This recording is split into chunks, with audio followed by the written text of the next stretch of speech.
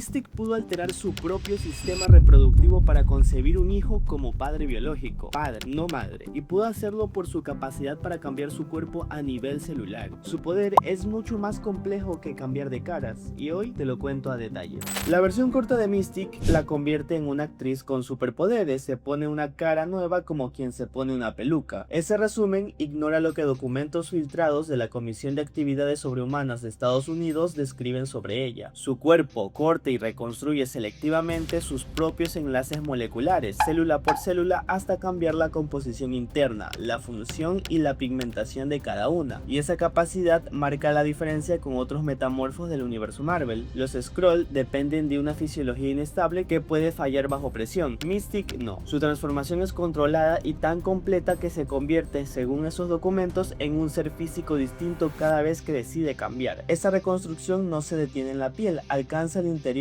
Los mismos informes explican que Mystic puede reordenar la posición de sus órganos para esquivar heridas que matarían a cualquier otro humano. Su anatomía no tiene un punto débil fijo, pero tampoco tiene una forma fija. Su fisiología además resuelve algo que los Skrulls no logran. Ellos cambian de forma con moléculas inestables que colapsan a nivel celular si se fuerza el proceso. Mystic lo hace con precisión en lugar de fuerza bruta, cortando y reconectando enlace por enlace en lugar de forzar una masa de tejido inestable a obedecer. La prueba llegó en X-Men Blue Orígenes número 1. Ahí se confirma algo que el creador del personaje quiso contar desde su debut. Junto a su pareja Destiny, Mystic reescribió su propia genética hasta convertirse biológicamente en el padre de Kurt Warner, Nightcrawler. No fue una ilusión frente a otra persona, fue un cambio genético real, sostenido lo suficiente como para que naciera un hijo. Hay otra escena más antigua que prueba que el disfraz no es superficial ni siquiera cuando falla. En Uncanny X-Men número 142, en pleno clímax de Días del Futuro Pasado, Nightcrawler se enfrenta a Mystic sin saber que es su madre biológica. Un golpe directo rompe parcialmente su disforma y deja al descubierto la mitad de su verdadero rostro azul. Un golpe físico no debería tocar una proyección visual, a ella la rompe porque debajo hay tejido real. Esa misma historia arrancó con otra prueba de infiltración real en Uncanny X-Men número 141. Mystic lidera a la hermandad en el intento del asesinato del senador Robert Kelly, moviéndose entre agentes de seguridad y escudos humanos sin levantar sospechas hasta el último segundo. Ese nivel de acceso no depende de magia ni de tecnología, sino de un cuerpo que para cualquier sistema de verificación humano ya es la persona correcta.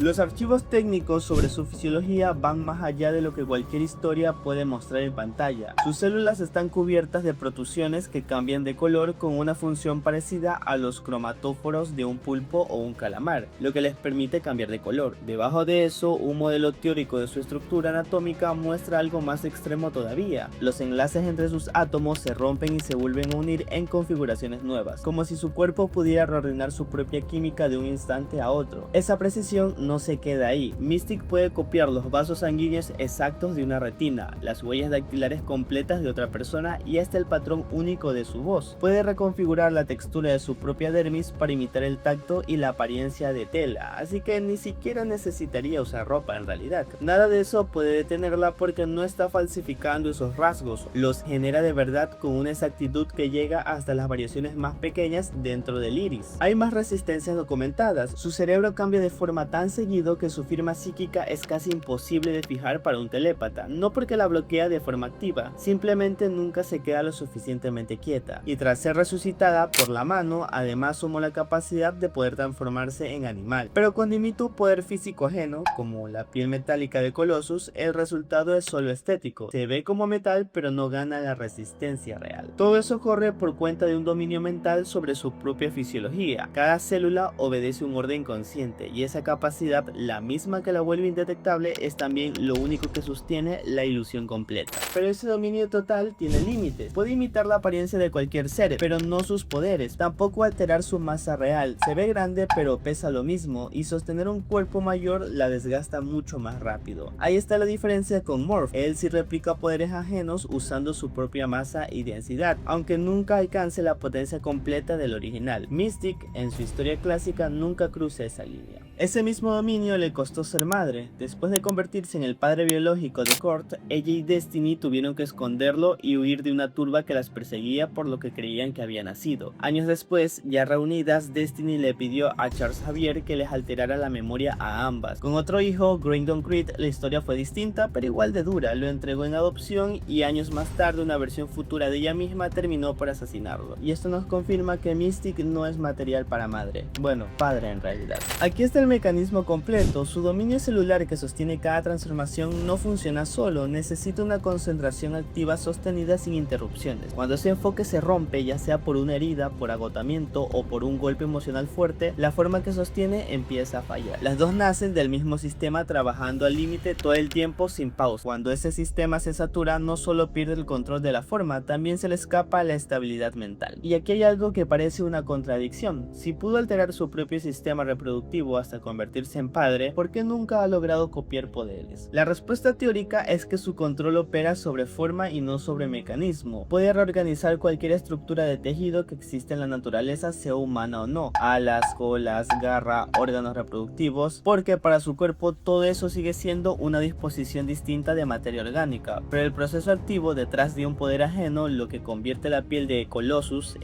acero o acelera una curación, no es una forma que se pueda adoptar, es una maquinaria funcionando y esa maquinaria ella nunca la tuvo. Y ojo, esto es solo una respuesta teórica ante la contradicción que se mencionó. Por eso Mystique nunca puede bajar completamente la guardia. La misma biología que la vuelve indetectable la deja expuesta aunque sea por un instante, frente a algo tan simple como un golpe bien colocado en el momento equivocado, y ese instante, aunque breve, es suficiente para que alguien vea lo que hay debajo. De su rostro, obviamente. Hay un dato adicional que los mismos documentos de la comisión dejan abierto. Su ficha muestra más de un siglo de actividad, con evidencia de que su composición celular cambia constantemente y de que ese mismo mecanismo con el tiempo también rejuvenece sus células y borra el desgaste. Los archivos sugieren que ese rejuvenecimiento podría incluso sobreescribir enfermedades o purgar venenos de su cuerpo. Nadie ha confirmado hasta qué punto eso equivale a inmortalidad real, pero explicaría por qué una mutante que debutó en 1978 sigue exactamente igual de peligrosa que hoy. En las películas de X-Men, la fragilidad y el costo que acompañan a sus transformaciones casi desaparecen. Con Rebecca Romijn en el papel, la transformación se muestra como un proceso visible, escamas que ondulan por la piel, un cambio que toma segundos y se percibe como esfuerzo físico. Es una versión más lenta y más teatral pensada para que la cámara la capture, pero también más limitada. Nunca se explora el alcance genético o reproductivo que sí existe en los cómics, y el personaje queda reducido a la maestra del disfraz, que la premisa falsa del principio del video. Los cómics en cambio la muestran operando dentro del propio gobierno de Estados Unidos. En 1985 lideró Freedom Force, un escuadrón mutante contratado oficialmente por Washington, infiltrada en despachos donde ningún civil tenía acceso. Esa doble vida dentro del gobierno jamás llegó en la pantalla. Esa es la distancia real entre las dos versiones. El cómic construyó un mutante capaz de reconstruir su cuerpo a nivel molecular, el cine se queda con la superficie. Las series animadas de los 90 se acercan un poco más al espíritu del cómic al mostrar transformaciones casi instantáneas sin el esfuerzo visible del cine, pero tampoco entran en lo genético ni en lo reproductivo. Esa parte de la historia, la más incómoda y la más humana, solo existe en los cómics. Que entonces la pregunta que ningún cómic ha respondido del todo: si Mystique puede reescribir cada célula de su cuerpo hasta los órganos que le dieron un hijo, ¿qué le queda de sí misma cuando nadie ella la está mirando? Los documentos hablan de un dominio total y de una biología perfecta, pero ni ella parece saber con certeza cuál es su verdadero rostro debajo de todos los que ha usado. Esa es la parte que ninguna adaptación se atrevió a tocar, no el poder de cambiar de cara, sino el precio de perder la propia. Ha sido espía infiltrada, terrorista buscada, agente contratada por el gobierno de Estados Unidos y madre. Bueno, padre. A veces las cuatro en la misma década, y ninguna de esas etiquetas explica del todo quién es debajo. Una mutante que puede ser cualquiera y que después de casi 5 décadas de historias de cómics todavía está buscando quién es cuando se quita la máscara.